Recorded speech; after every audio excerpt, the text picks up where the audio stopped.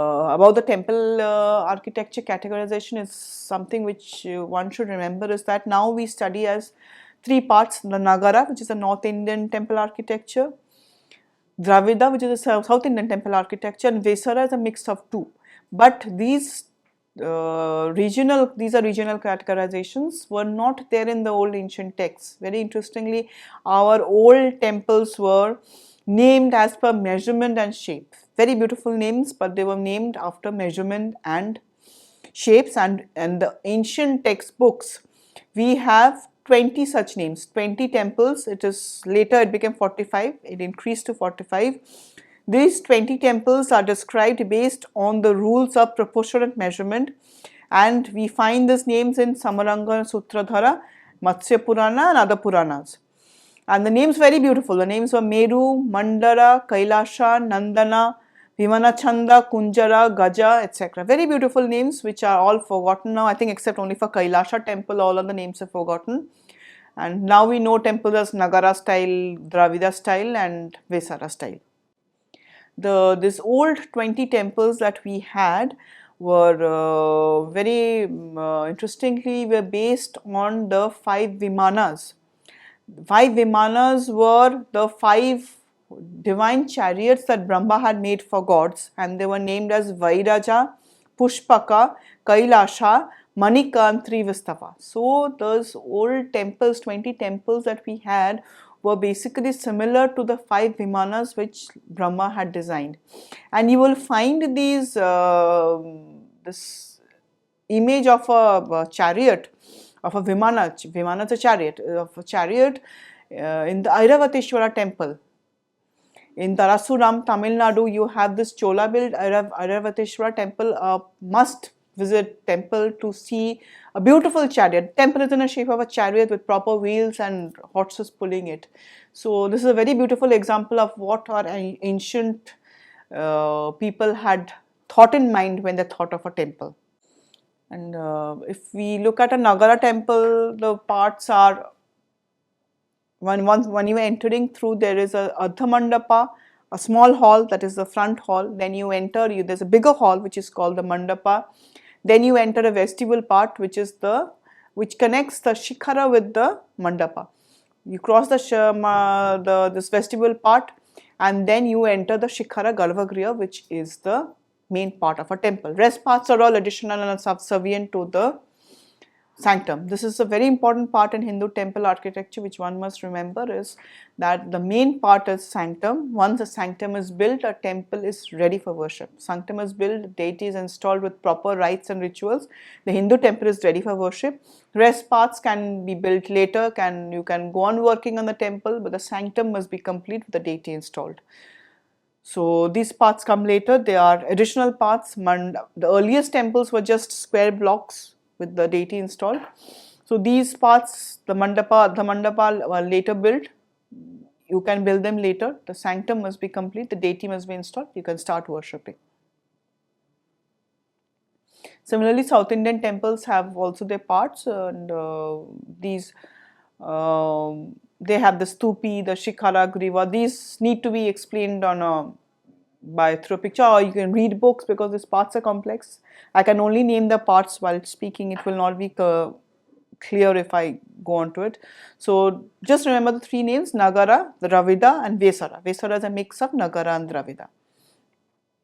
There is one thing I would like to talk on this South Indian temple. There is a confusion. I have often seen people confusing between Vimana and Gopuram. Vimana is the Shikhara of the South Indian temple, and Gopuram is a tall gateway to a South Indian temple through which you enter. These are also very tall pyramidal structures.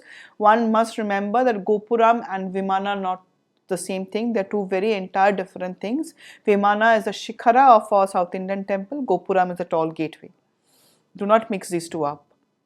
Talking of some popular motifs on Hindu temples, I would like to focus on few ones. Like these are the recurring.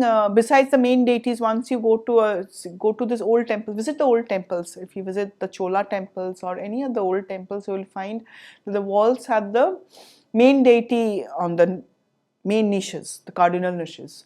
Main deity meaning if Shiva is there, you will find various forms of Shiva around the temple. If Vishnu is there, you will find Vishnu aspects of various forms of Vishnu. Maybe the Dasavatara is there.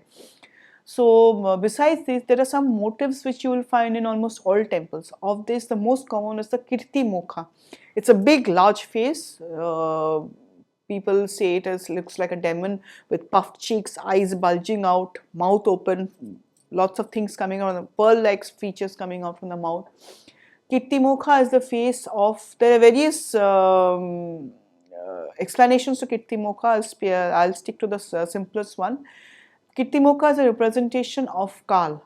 It is the representation of time where the breath that comes out is life, and as it is eating, it means death. You are it's breathing out life and taking in life. It is a representation of life and death, Kal.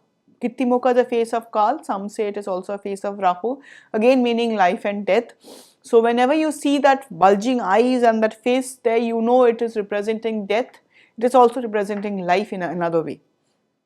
Then there is the Mithuna sculptures, which are very common, and there has been a lot of debate on this Mithuna sculptures, and I have seen a lot of people from especially in the Western world, who do not understand the meaning of this Mithuna, and a lot of mockery goes on. But I have to clarify one thing on this Mithuna sculptures.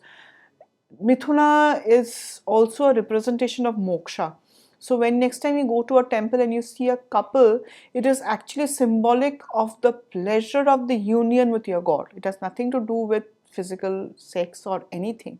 It means moksha. The moksha, it is a symbolic representation of the happiness you will feel when you finally united with your God. If you are worshipping Shiva, when you finally attain, after all your lives and death, the cycle of life ends and you are finally attaining moksha with Shiva, that ultimate happiness is represented in moksha, in the Mithuna sculptures.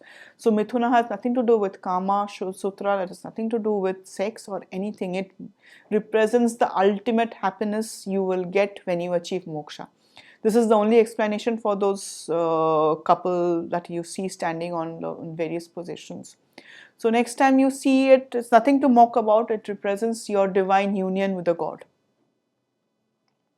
Then you will find very small figures known as Ganas, Shiva Ganas, very rotund bodies running around doing a lot of work. They are also the Bharavakas. You will find them located on top of the pillars, temple pillars, as if they are carrying the weight of the pillars. These represent the air world, the airy features, the air that you breathe in. When you breathe in the air that is surrounding us, it is represented by them. That is why they are all bloated up figures, full of air. This is what Ganas are, the very air that you breathe in and breathe out, they represent that.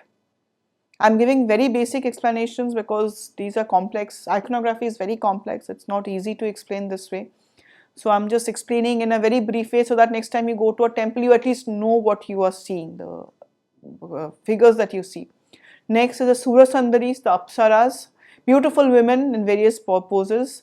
There's a very beautiful explanation for this. It is said that one day Devi Parvati was looking into a mirror, and you will always find iconography of Parvati with the mirror in hand. It is said that one day she was looking into a mirror and she realized she's very beautiful. And when that sense came that she's very beautiful, with it came a very negative aspect, which is pride. She felt pride in her beauty, and it is that moment of pride. Pride is supposed to be a negative emotion. It is not a very positive emotion when you take pride in your beauty. It is from that moment of pride that when she's feeling that she's very beautiful, she is nobody like her, that moment of pride is represented in the Sura Sundaris. It is said it's a moment when she falls. It's a fallen moment of falling down, and this Apsara Sura Sundaris come out from that few moments that she's falling, she's feeling pride. It's a negative emotion. So from that, this beautiful Apsara Sura Sundaris come out, and these are representing the Devi's pride. That is why they are so beautiful. They are attractive to men. They are attracting men. Come look at me. So these are all negative features. This coming out from a very negative emotion called pride, Devi's pride. So these are the basic, the meaning of a temple, Hindu temple architecture, and the iconography I went through very briefly. The figures, these are the common figures that you see. Besides these common features, you will find the representation of the main god over there, and this is very important because these represent various Puranic stories.